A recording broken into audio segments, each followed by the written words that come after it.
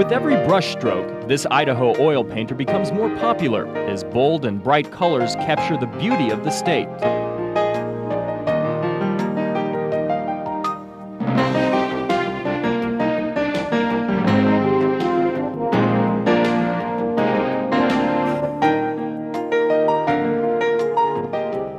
From one generation to the next, the legacy of music is handed down in Boise's Basque community.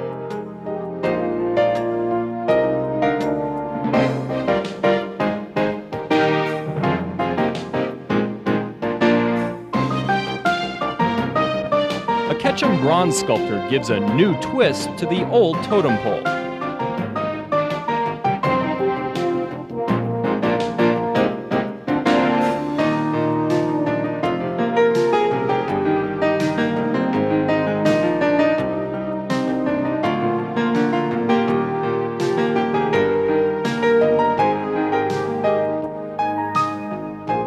Since the first explorers came out west, artists have tried to capture the beauty of Idaho. This sketch of a North Idaho missionary camp was one of the first from this area back in the 1840s. Idaho's Native Americans intrigued the world, and in the 1850s, artists met the demand. Today, scenes and landscapes from our state remain popular around the world. Hello, and welcome to Exploring Idaho. I'm Dee Sarton. Here at Brown's Gallery in Boise, it is very easy to see there's no lack of inspiration for Idaho artists. Watercolors, sketches, oil paintings, they cover the walls here. And our first story features an oil painter who travels his homeland of southeast Idaho with canvas and brushes in hand. Robert Moore did this Snake River scene with bright colors and an impressionist style. It shows this really is his favorite country. And his paintings are becoming favorites with collectors, too. We met up with him one morning on the river. When I chose art as a career, I did it probably backwards from most. Most have the passion for the art, and I had a calling on my life, and the profession of art allowed me to pursue those other callings. I grew up farming and always wanted to be up in the mountains hunting or fishing, and just decided that art would be the best vehicle to give me that freedom.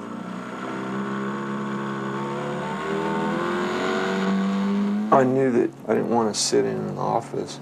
I just loved the outdoors.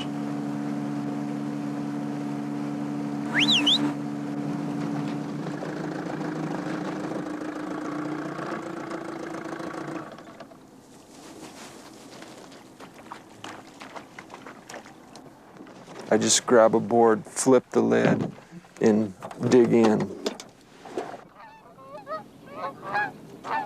Once you're around a place for a while, you start finding out the more subtle beauties in a location. For me, that's a challenge, is to take something that is not obviously beautiful and to find the beauty in it. How I define beauty is the order in creation.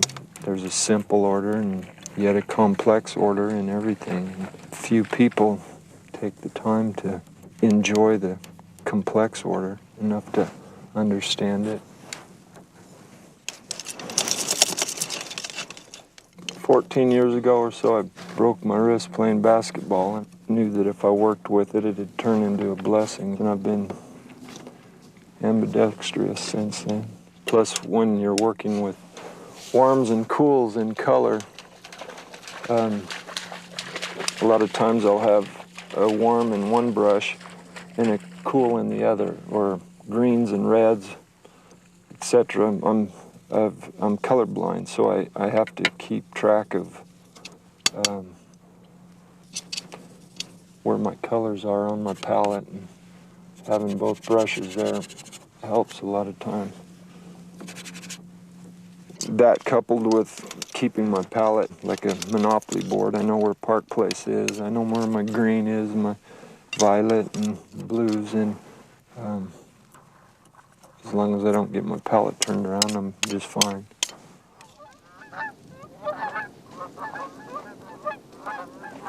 It's a beautiful light. I take the extreme of what I see and then I compress it. It's true but exaggerated. If I just actually took a photograph of this, you wouldn't see this much of a change or progressions, but it is there. It's just so much more subtle. You look at a mountain, it might seem gray, but pick up a rock and you've got every color of the rainbow. So when you sit down to do a study, you compare the colors and study the relationships and try to unravel the mystery that's there and try to put that down onto a canvas so somebody else can enjoy the creativity that God has placed in all of nature. When it happens, it's very fulfilling to know that you've discovered part of what makes that beautiful. Come on, chainsaw. I've spent my whole life here. I grew up along the river, right here on the Shoddy Ranch. It was the first ranch here on this side of the Snake. It was where my first memories were, playing in the barn, jumping off the haystack, playing along the river. My sister and I, we'd run up and down the banks and play in the reeds, and it was a huge wilderness for us. I came back before Nellie Shoddy died. She was 92 years old, and I asked her if I could move back to where I grew up and use it for a studio. My heart always stayed here. Still love it.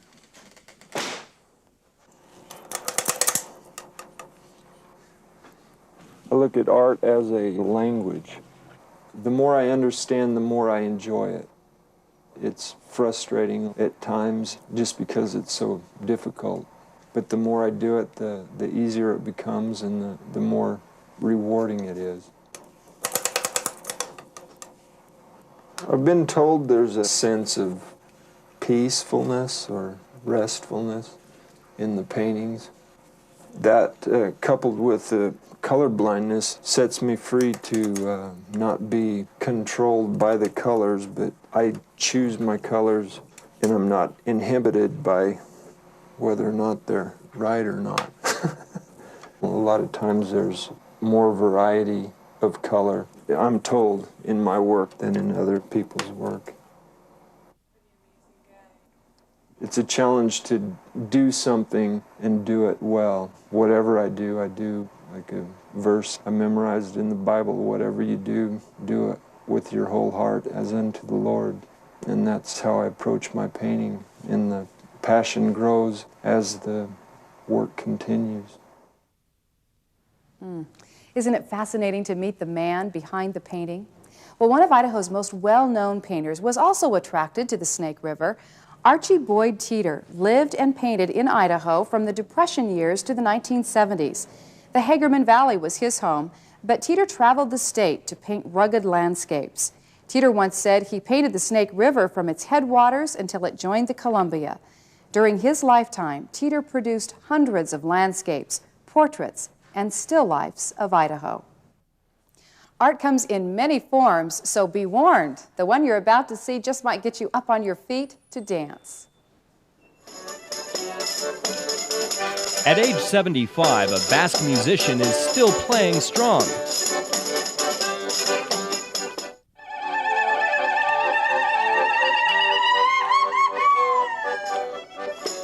Culture is one of the greatest influences on art, and that is especially true for the Basques of Boise. They first came to Idaho to herd sheep, and that fact is displayed beautifully here at the Basque Museum in downtown Boise. But the Basques are probably best known for their lively dancing and uplifting music. These are just a few of the traditional Basque instruments. And this is a picture of the man who brought Basque music back to Boise. At age 75, Jimmy Jasauro is in his 35th year performing traditional Basque music. In that time, he's almost single-handedly kept alive the traditions of his homeland. 1, 2, 3. 1, 2, 3. 1, 2, 3. 1, 2, 3. You're trying to get ahead of yourself. It takes precise steps 1, 2, 3. and dedication 1, 2, 3. to become a Basque dancer. 1, 2, 3. Yeah, it is a big deal. 1, 2, 3, turn 2, 3. Step. On a Sunday afternoon, these Basque teenagers are learning much more than when to spin. 1, 2, 3. These are the steps of their heritage. 1, 2, 3, turn 2, 3. Step, cross. You guys can do this. 1, 2, 3, turn 2, 3. That's what keeps most of us here together, is tradition. Turn 2, 3. Step, cross. The dances come from the old country of Escadie, once nestled high in the Pyrenees Mountains between France and Spain. But somehow, in the move to America, this tradition was almost lost. Jimmy, can we do Hotabari and the Potosalda? Just slow them down a little bit. Yeah. Okay, girls, follow me. Okay? Always in the background, always understated about his efforts, and always in time, the man who brought back dance to Idaho's Basque. Well, I think it's very important that we continue this and teach it to these young people.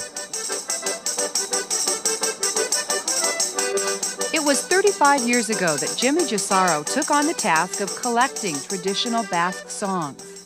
When we first started, there was no music available, to me anyway, in this country.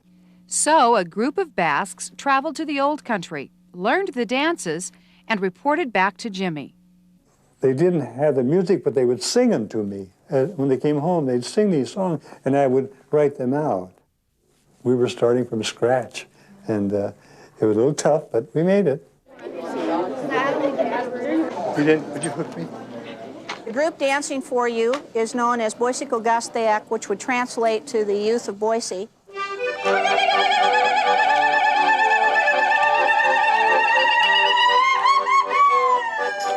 Today, many Basque children know the dances from their homeland, and every Basque in Boise knows Jimmy Jasauro. Jim's played for as long as any of us can remember. 35 years ago, I started taking Basque dancing, and he was right there in the middle of it every single Sunday. Every Sunday, every performance, as small as it is, as boring as it might be, he's there every performance.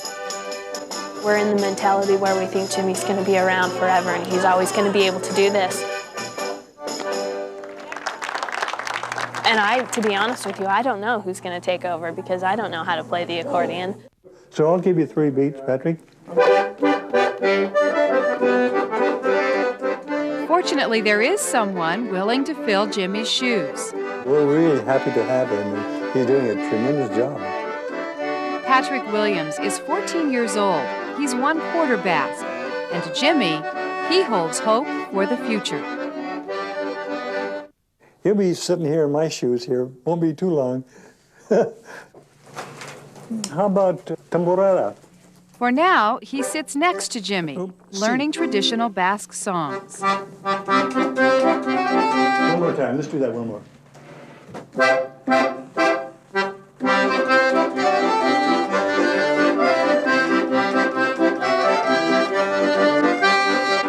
It's old hand for Jimmy, but a new experience for Patrick, and one that's reaching far beyond the classroom.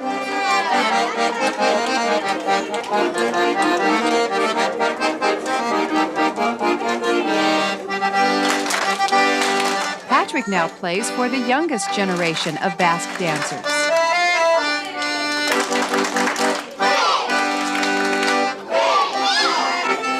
We like to play fast dances with them so they will come back and like dancing. Then what? Ipurdia, hips, and then what? And hug. Ovoa, cheeks. Okay, ready? Okay, Patrick?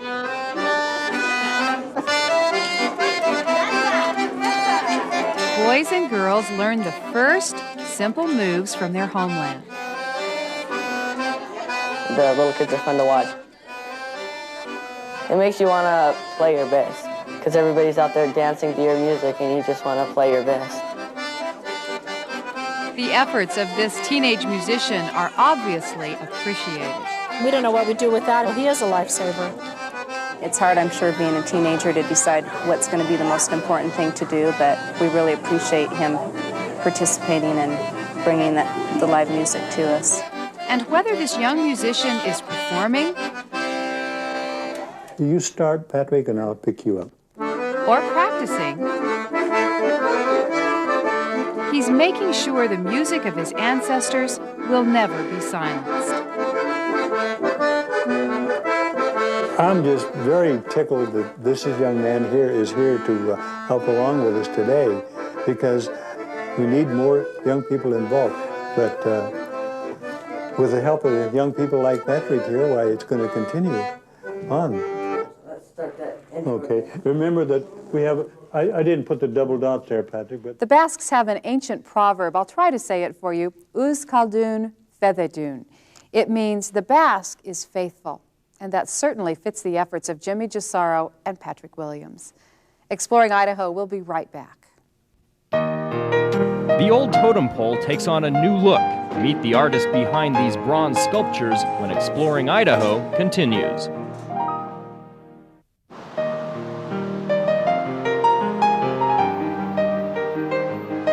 If you've driven 8th Street in downtown Boise, then you've probably noticed this group of totem poles. But take a second look and you'll see these are not the totem poles of Native Americans. They're not even made of wood. So what exactly are they? Exploring Idaho's Jennifer Eisenhart is here to explain that to us. Well, Dee, all you have to do is touch one of them and you'll figure out that they're made of metal. The bronze figures have unique angles and an asymmetrical design. They're interesting just to look at, but we wanted to go beyond the surface. So we met up with the sculptor at a shop near Ketchum for some artistic insight. It's hard to miss Rod Kagan's house. It's the one with the yard full of totem poles.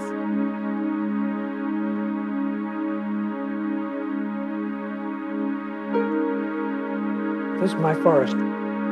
Trees don't need to be watered. The tall, cold metal shapes make the kind of forest you might see in a science fiction movie. Basically, it's coming alive just perfect, the way I see it. If you listen carefully, you can hear new ones growing in the shop next door. A lot of people always wanted totems, so now they can have one that's not wood, that won't decay. It'll be around a long time.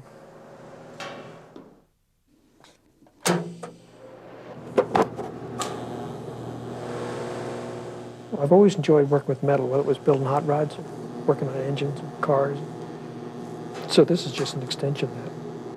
Always skilled with his hands, Rod learned to weld as a teenager. His first project was a souped-up car. A 32 Ford, chopped and channeled, lowered. That was all welding. So that's how this all came about.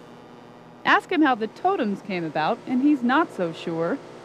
Well, I guess the Northwest, that was a term everybody knew. And I like upright columns.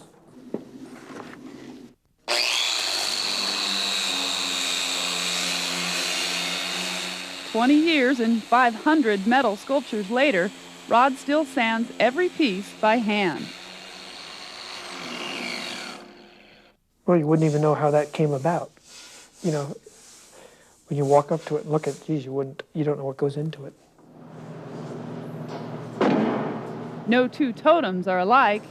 Hopefully they get more interesting, each one. And Rod still counts on a bit of good old-fashioned guesswork. This is liver of sulfur, potash. And what it does, it puts oxidation on the bronze, and that's where all the coloration comes from. I know which ones give you greens and browns, but other than that, it's kind of a mystery.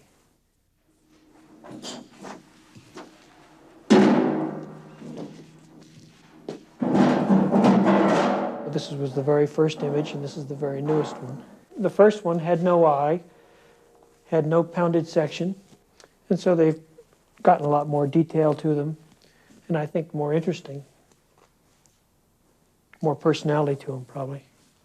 Do you find yourself changing, too? Yeah, I'm getting old. But no, yeah, I would think the work's getting better. As you might expect, Rod's house is full of finished sculptures. Yeah, these are all the trees I've made. He walked us through his studio like a proud father. They kind of keep each other company, I think, and the shapes work off each other. And I think they're happier as a group.